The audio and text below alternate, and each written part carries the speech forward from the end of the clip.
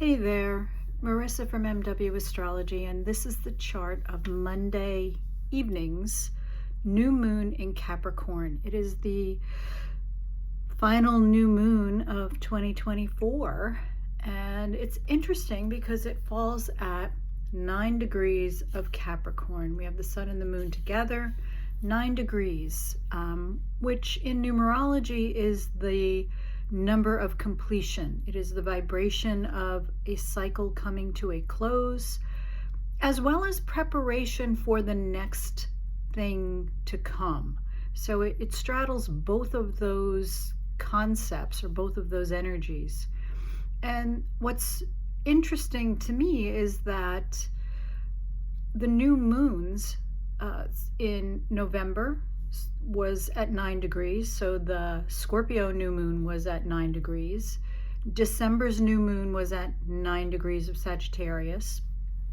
This one, which is the second new moon in December, is also at 9 degrees of Capricorn. January's new moon will be at 9 degrees of Aquarius. February's will be at 9 degrees of Pisces, all the way up to March's new moon, which is a solar eclipse at 9 degrees of Aries, and it is the last solar eclipse along the Aries-Libra axis. We've been having our eclipses along that axis for about 18 months now we've had. So that's the very last one before the rest of the eclipses properly go into Virgo Pisces axis. So point being that there's a lot of completion energy, a lot of need to close out a cycle, because in astrology everything really is a cycle, and cycles are on cycles, and cycles are overlapping with cycles. And I've spoken about how a lot of the longer cycles have kind of synced up and are aligning with new beginnings. But before we can have all of the new beginnings in earnest, we have to kind of clear the way for them. And that's the energy a little bit of this new moon. Even though it is a new moon, and new moons are about new beginnings and setting intentions, the sense to this is that it's about closing out and choosing what comes forward into the next year and into the next cycle for you personally. So let's talk a minute here. Capricorn is the cardinal earth sign. So that means it is the most personal of earth signs. And it means that Capricorn really needs things grounded in the material. This is the time for us to decide what matters. What is the matter and what matters? Because Capricorn is the highest point on the chart. Now, that will be different for everybody's individual chart, but in the natural cycle of things, Capricorn rules the top of the chart. It is high noon. It is full exposure out into the world. And so Capricorn energy is concerned with, what are you bringing out into the world? How are you being seen? What is your public image, your reputation? And on a different level, what's your destiny? Because Capricorn energy is where you show up as your best self, fully, and you meet your goals. So Capricorn time, this new moon in Capricorn, is truly about determining what is it that you're here to do. And that seems like a huge, enormous task, and many of us spend lifetimes trying to figure that out. But I'm here to suggest to you that perhaps it's not a thing that you figure out, and perhaps it's not just one thing that you are doing. We prioritize a lot of doing. And Capricorn, yes, indeed, this is the season of being strategic, of figuring out, where am I headed? Take the image of the sea goat that kind of looks up the mountain and chooses the path that it will take. It plays the long game. It is a patient energy. It is a very disciplined energy. It shows up consistently every day and does the work. But Capricorn is also the energy of the wise mother or the wise teacher who knows what you're capable of and refuses to lower the bar.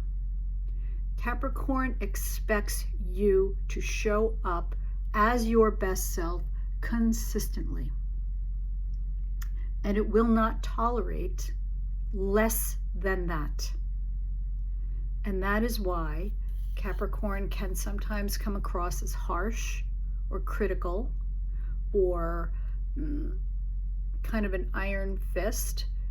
It's really not. Capricorn is a feminine sign. It's an earth sign. It's a female sign. But it is that archetype of that wise mentor, that wise authority figure that really holds you to task and will not let you cut corners and doesn't really mind how long it's going to take as long as you're consistently showing up and doing your best work. So that's kind of the energy here.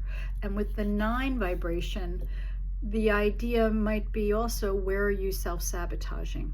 Where is your Capricorn energy coming across in a critical manner? Because criticism is not motivating. Nobody does better when they are beaten up, even if your own mind is doing the beating up. And so it's becoming aware of those aspects of yourself that are sabotaging yourself, that are undermining your knowing of who you are and what you're here to accomplish. This is the time where, you need to be honest and decide what you're leaving in 2024 as you move into 2025. What self-sabotaging beliefs, what self-sabotaging actions, what are you doing that maybe distracts you from your true purpose? If you're one of these people that falls into managing everybody's crisis and it keeps you from getting your own priorities accomplished, well, maybe it's time to take a look at that, because a lot of times those are distractions. They keep you from actually investing in yourself. And one thing to think about is that because astrology is, yes, cycles, but also polarities, you have to be building on a strong foundation. The opposite of Capricorn is Cancer. It is home. It is self-care in a way that nourishes your roots, because you can't grow to your highest point unless you have a very strong and solid foundation. And so with this new moon, how can you create that foundation? How can you ballast it? And the way that we need to do it is by taking really, really, really good care of ourselves. Not so that we can be there for others. That's kind of a happy byproduct. It's because if you want to be the best version of yourself, you have to be founded on or have deep roots in self-care. Self-care is the way that you demonstrate the value that you have for yourself. One that is not clear on their value is running around trying to prove it by taking care of everybody else, by fulfilling everybody else's needs.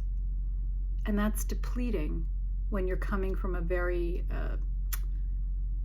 ungrounded foundation.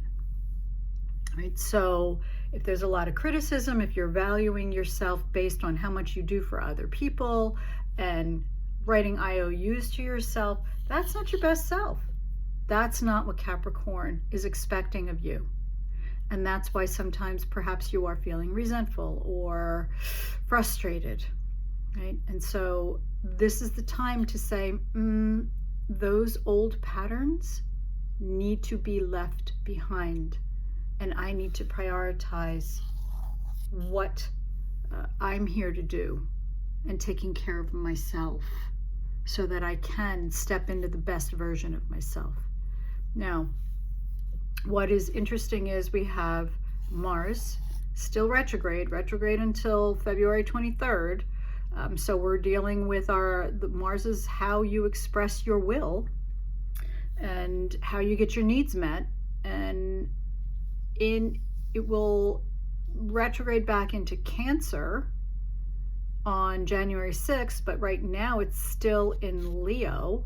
So how am I undermining my personal power? How am I kind of not living up to my leadership potential? That's kind of a Leo, Mars and Leo theme. How am I not taking myself seriously and my leadership capacity seriously? How am I perhaps compromising my moral values or my ethical foundation in order to go along to get along, or get along to go along, something like that? Anyway, Mars is still retrograde, so we're still having that review and reevaluation of how we get our needs met, but it's opposing Pluto. And it's really opposing Pluto very tightly right now. So Pluto in Aquarius is offering us the ability to see where we are disempowering ourselves. Isn't that beautifully aligned with this Mars retrograde and Leo theme? Pluto is about personal power, how we use our influence, how we show up as a fully realized human being. But it does it in ways that first identify, well, where are you disempowered? What stories are you telling about yourself? Again, it's this theme of we need to be done with this self-sabotage. We need to be completely done with giving our power away, with not honoring our own needs and trying to make everybody else happy. So we have an opposition here. The opposition is always about balancing my personal needs and leadership, my personal power, with the ability to show up knowing how worthy I am and contribute to my community, because Pluto in Aquarius is about using your individual power to contribute to the community, to make the group better, to move forward.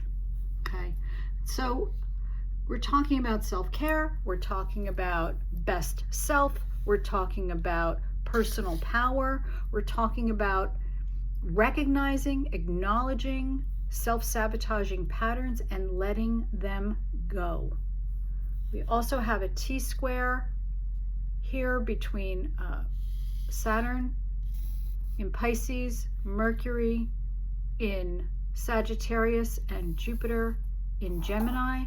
So this T-square has to do with your beliefs, has to do with the way you think about things. And with Saturn in Pisces, it's bringing in your dreams, your responsibilities, but it's also your compassion, right? And so we're trying to balance my thoughts about how the world works and wanting to grow beyond, my desire to connect with others, because Jupiter and Mercury in opposition are like, how am I using my words and my thoughts to build connection with others, as well as to express what's important to me? And Saturn's getting in here and saying, don't forget, you're more than just a human. You have a soul. You are connecting with others on a much deeper level, and you have the ability to reach that if you so desire.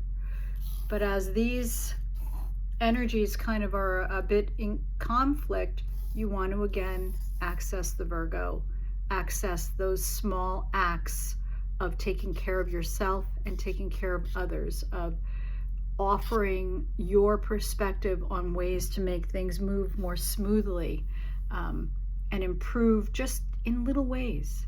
What small things can you do? So I want to thank you for listening to this. I want to thank you for your support over the course of this year with mwastrology.com, with anyone and everyone who has subscribed to the newsletter. I am so grateful for you, anyone who has visited my website and found benefit in these videos and in the written posts. I'm wishing you wonderful, wonderful times in 2025. Take very good care of yourself. Bye.